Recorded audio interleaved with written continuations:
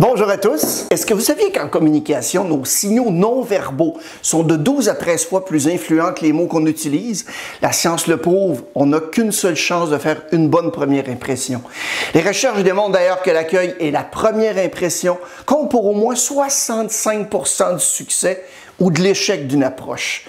Donc, dans cette vidéo, je veux vous apprendre des stratégies comportementales en 7 points que nous offre la science pour faire une captivante, incroyable et durable première impression lors de l'accueil. Alors, qu'est-ce que vous pensez de ma première impression? Vous êtes encore là? Ça doit être bon. Mon nom est Mario Loubier, j'aide les gens à améliorer leur performance en matière de vente, d'expérience client et de leadership. Les émotions mènent les décisions, c'est pourquoi ma mission, c'est d'inspirer les gens pour créer leur engagement. Premier point, la première impression. Que vous soyez à la rencontre de nouveaux clients, une réunion de réseautage, en entrevue d'embauche ou simplement en faisant la causette à un party, vous devez réussir à saisir les premières secondes d'une interaction. Peu importe le nombre d'amorces, de conversations que vous aurez ou les histoires drôles que vous racontez, si vous n'offrez pas une première bonne impression, il n'y a rien d'autre qui va avoir de l'importance. En fait, des études ont démontré que non seulement on décide si on aime quelqu'un ou non dans les premières secondes, mais surtout que cette première impression va nous rester en tête. Une recherche intéressante a été faite par le psychologue Alex Todorov à l'université de Princeton aux États-Unis. Dans le fond, ce qu'il a fait, c'est très simple. Il a placé un groupe de personnes, leur a présenté une vidéo pendant une microseconde d'un candidat politique. Étonnamment, les personnes qui participaient à la recherche pouvaient prédire avec 70% de précision qui allait gagner l'élection. Et juste à partir de cette microseconde de vidéo, ça nous dit que les gens peuvent faire des jugements instantanés, incroyablement précis, en 1/10 de seconde.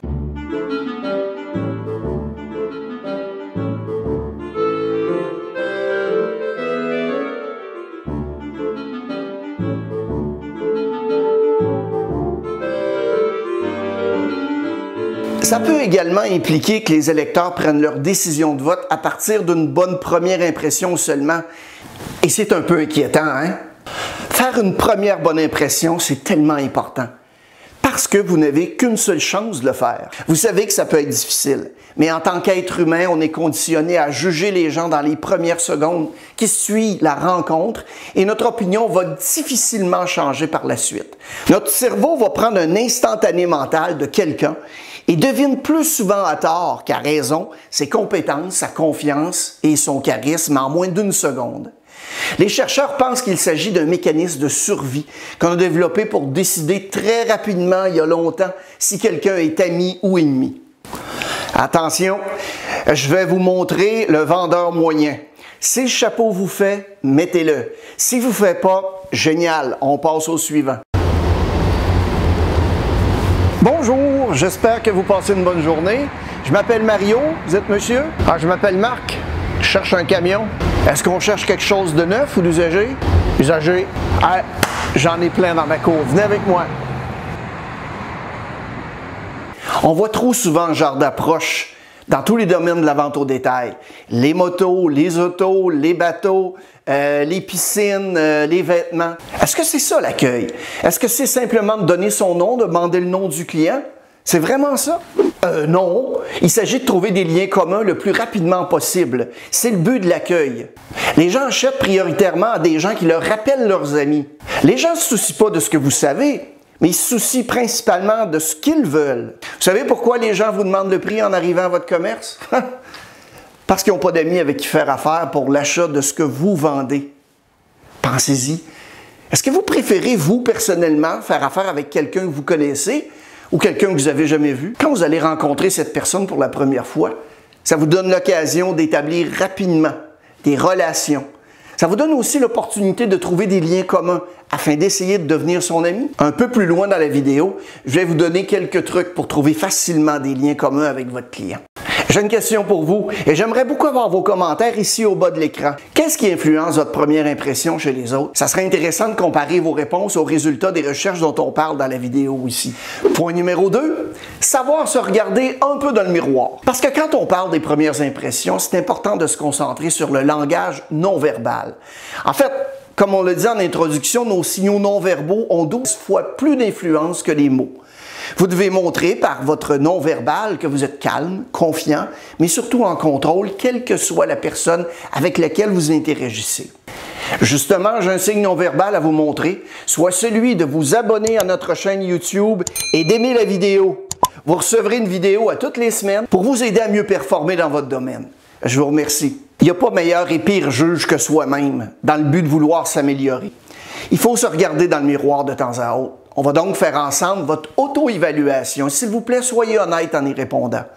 Lorsque les gens vous rencontrent pour la première fois, que pensez-vous qu'ils pensent de vous? Comment est-ce que vous croyez qu'ils vous perçoivent? Choisissez un mot dans cette liste d'adjectifs. Lorsque les gens me rencontrent pour la première fois, est-ce qu'ils pensent que je suis charismatique ou ennuyeux? Extraverti ou timide? Gentil ou menaçant? Intelligent ou étrange? Ouvert ou fermé? Puissant ou faible? Engageant ou bizarre? Professionnel ou nonchalant? Avez-vous choisi un mot positif ou un mot négatif? Vous devez savoir où vous vous situez maintenant pour vous rendre où vous voulez être. Un autre point important, c'est l'intention. C'est en fait celle qu'on oublie le plus souvent. Ainsi, les meilleures conversations et les meilleurs interlocuteurs fixent toujours l'intention de la conversation. Ça permet d'éviter les pauses gênantes où on ne sait pas trop quoi dire. Ça n'arrive pas quand on se donne une intention. Avant de rencontrer quelqu'un, je veux que vous réfléchissiez à ce que vous voulez retirer et apporter à la rencontre. Est-ce que vous êtes là pour faire des affaires? Est-ce que vous êtes là pour rencontrer une personne importante? Est-ce que vous êtes là pour passer un bon moment? Est-ce que vous êtes là pour apprendre quelque chose sur quelqu'un? En fixant cette intention avant de rencontrer une personne, ça va vous aider à guider votre conversation. Et peu importe où je vais et qui je vais rencontrer, je le fais toujours. Ça m'aide à garder mon focus sur le but de la rencontre et surtout à ne pas tomber dans les jugements faciles. Alors, fixez votre intention avant même de rencontrer qui que ce soit. Point numéro 4, les ornements. Une autre chose à considérer pour rentabiliser votre première bonne impression, vos ornements. Je veux dire, vos vêtements, le maquillage, les bijoux, les montres, les chaussures pour hommes ou femmes. Malheureusement ou heureusement, les gens en tiennent compte beaucoup lorsqu'ils portent leur premier jugement, la première impression. Je vous recommande assez rapidement de rassembler certains de vos vêtements ou ornements préférés et de demander à vos amis en qui vous avez confiance uniquement ce qu'ils pensent de vous quand ils vous voient. Pour de nombreux hommes, ils ne réalisent pas que leurs montres et leurs souliers peuvent en dire beaucoup sur eux. Pour les femmes, les sacs à main, les grandes boucles d'oreilles ou les bijoux peuvent également avoir une signification, disons, inattendue pour une personne lors de leur première rencontre. Hommes ou femmes, respectivement, assurez-vous de porter les vêtements, de vous coiffer, de vous maquiller en fonction de ce que vous voulez que ça raconte. Même les couleurs ont tendance à avoir des significations différentes. Ce sera le sujet dans une prochaine vidéo. Point numéro 5. Le langage non-verbal de la première bonne impression. Point numéro 5. Le langage non-verbal de la première bonne impression. Lorsque vous pensez à la conversation, vous pensez généralement à ce que vous allez dire en premier. Mais savez-vous quoi? Les recherches montrent plutôt que notre première impression ne se produit pas quand on entend quelqu'un pour la première fois. Je vous le donne en mille. Elle se produit lorsque l'on voit quelqu'un pour la première fois. En fait, le meilleur conversant est celui ou celle qui va commencer sa conversation en disant absolument rien. Je vous explique. Chaque fois que vous êtes sur le point d'entamer une conversation ou vous êtes sur le point d'aller voir quelqu'un et de vous présenter, placez-vous correctement. La meilleure première impression se produit lorsque vous avez un langage corporel agréable et ouvert. Donc, vous voulez que vos mains soient vraiment visibles, qu'elles soient à l'extérieur de vos poches. Pour les femmes, qu'elles ne touchent pas le sac à main et aussi qu'elles ne soient pas dans votre dos. Donc, vos épaules doivent être en bas et en arrière. Chaque fois qu'on abaisse les épaules, ça signifie de l'anxiété, un manque de confiance en soi. Donc, les épaules vers le bas et en arrière. Votre sourire est très important. En fait, c'est en première ligne. Quand vous souriez à quelqu'un, ça le réconforte. La personne se dit « Oh, oh, elle veut me parler ». On a mené une grande expérience pour examiner presque toutes les lignes de drague, de cruise et toutes les différentes façons d'entamer une conversation. La meilleure va vous sembler très simple. C'est laquelle d'après vous? Est-ce que ton père est un voleur? Pourquoi? parce qu'il a dû voler toutes les étoiles du ciel pour les mettre dans tes yeux.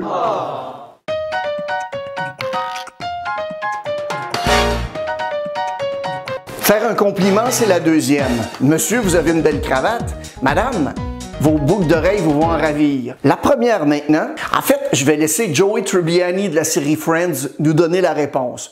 On sourit et on dit « How you doing? » C'est cette phrase. Et de loin, nous apprennent les recherches.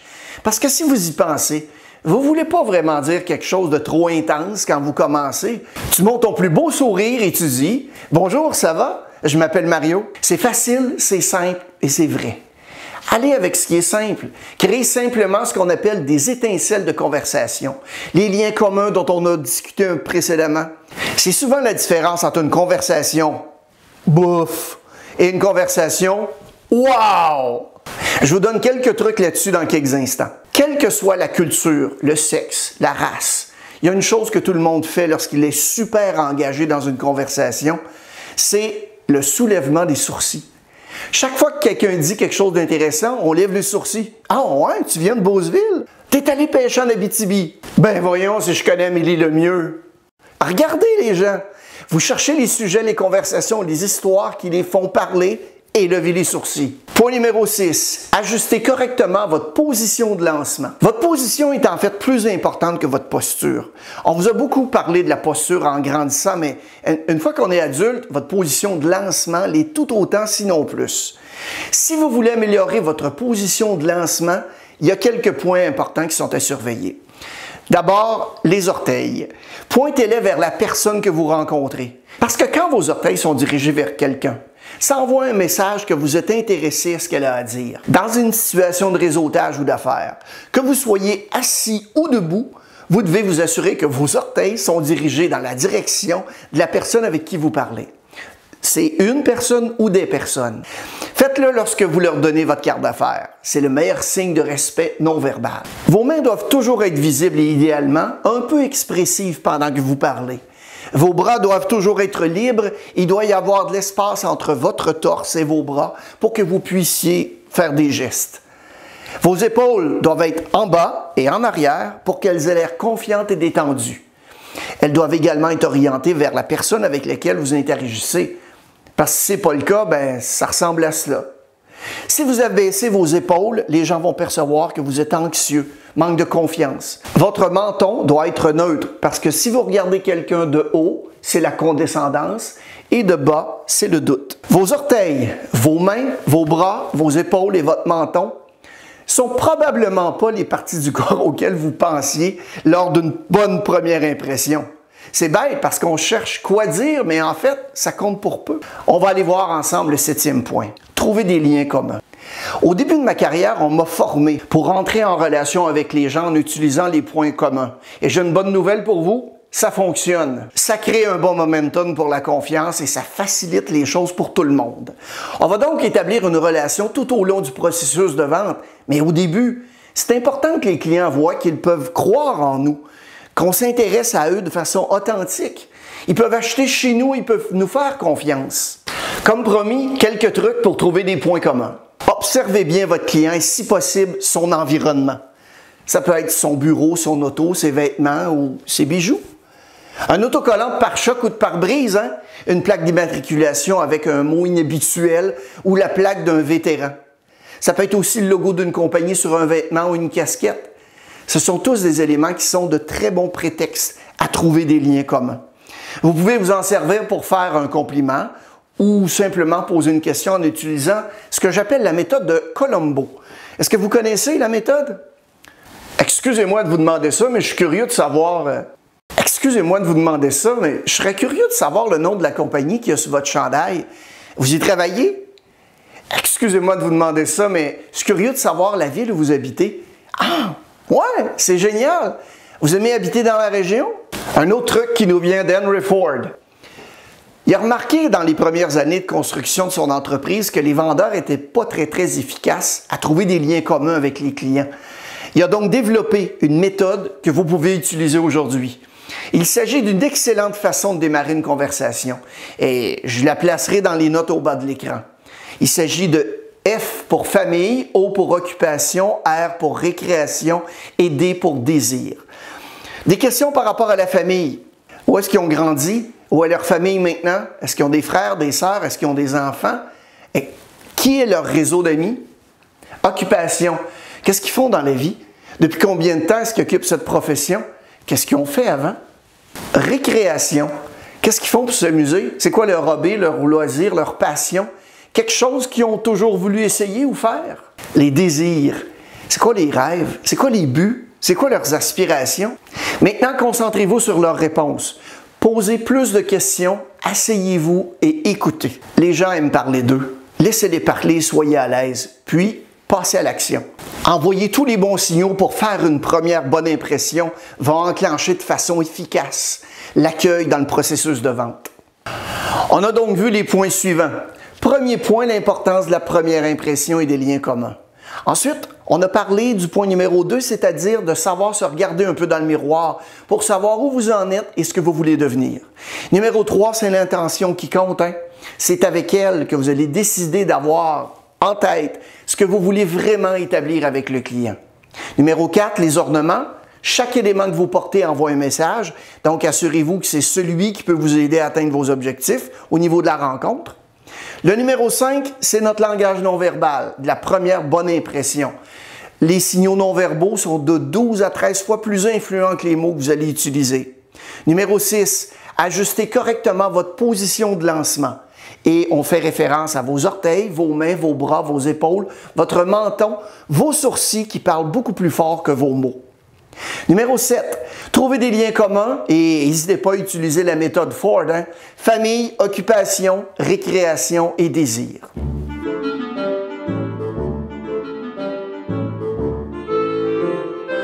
Si vous aimeriez en savoir un peu plus sur la façon de modifier la première impression de quelqu'un envers vous, je vous invite à voir la vidéo « Comment influencer les autres en 90 secondes » que nous a légué Nicholas Butman. On y voit une méthode simple en 4 étapes. Vraiment, allez-y, vous allez la trouver super, super, super. Maintenant que vous avez vu la vidéo, qu'est-ce que vous ferez de différent? Passez à l'action et faites-moi signe.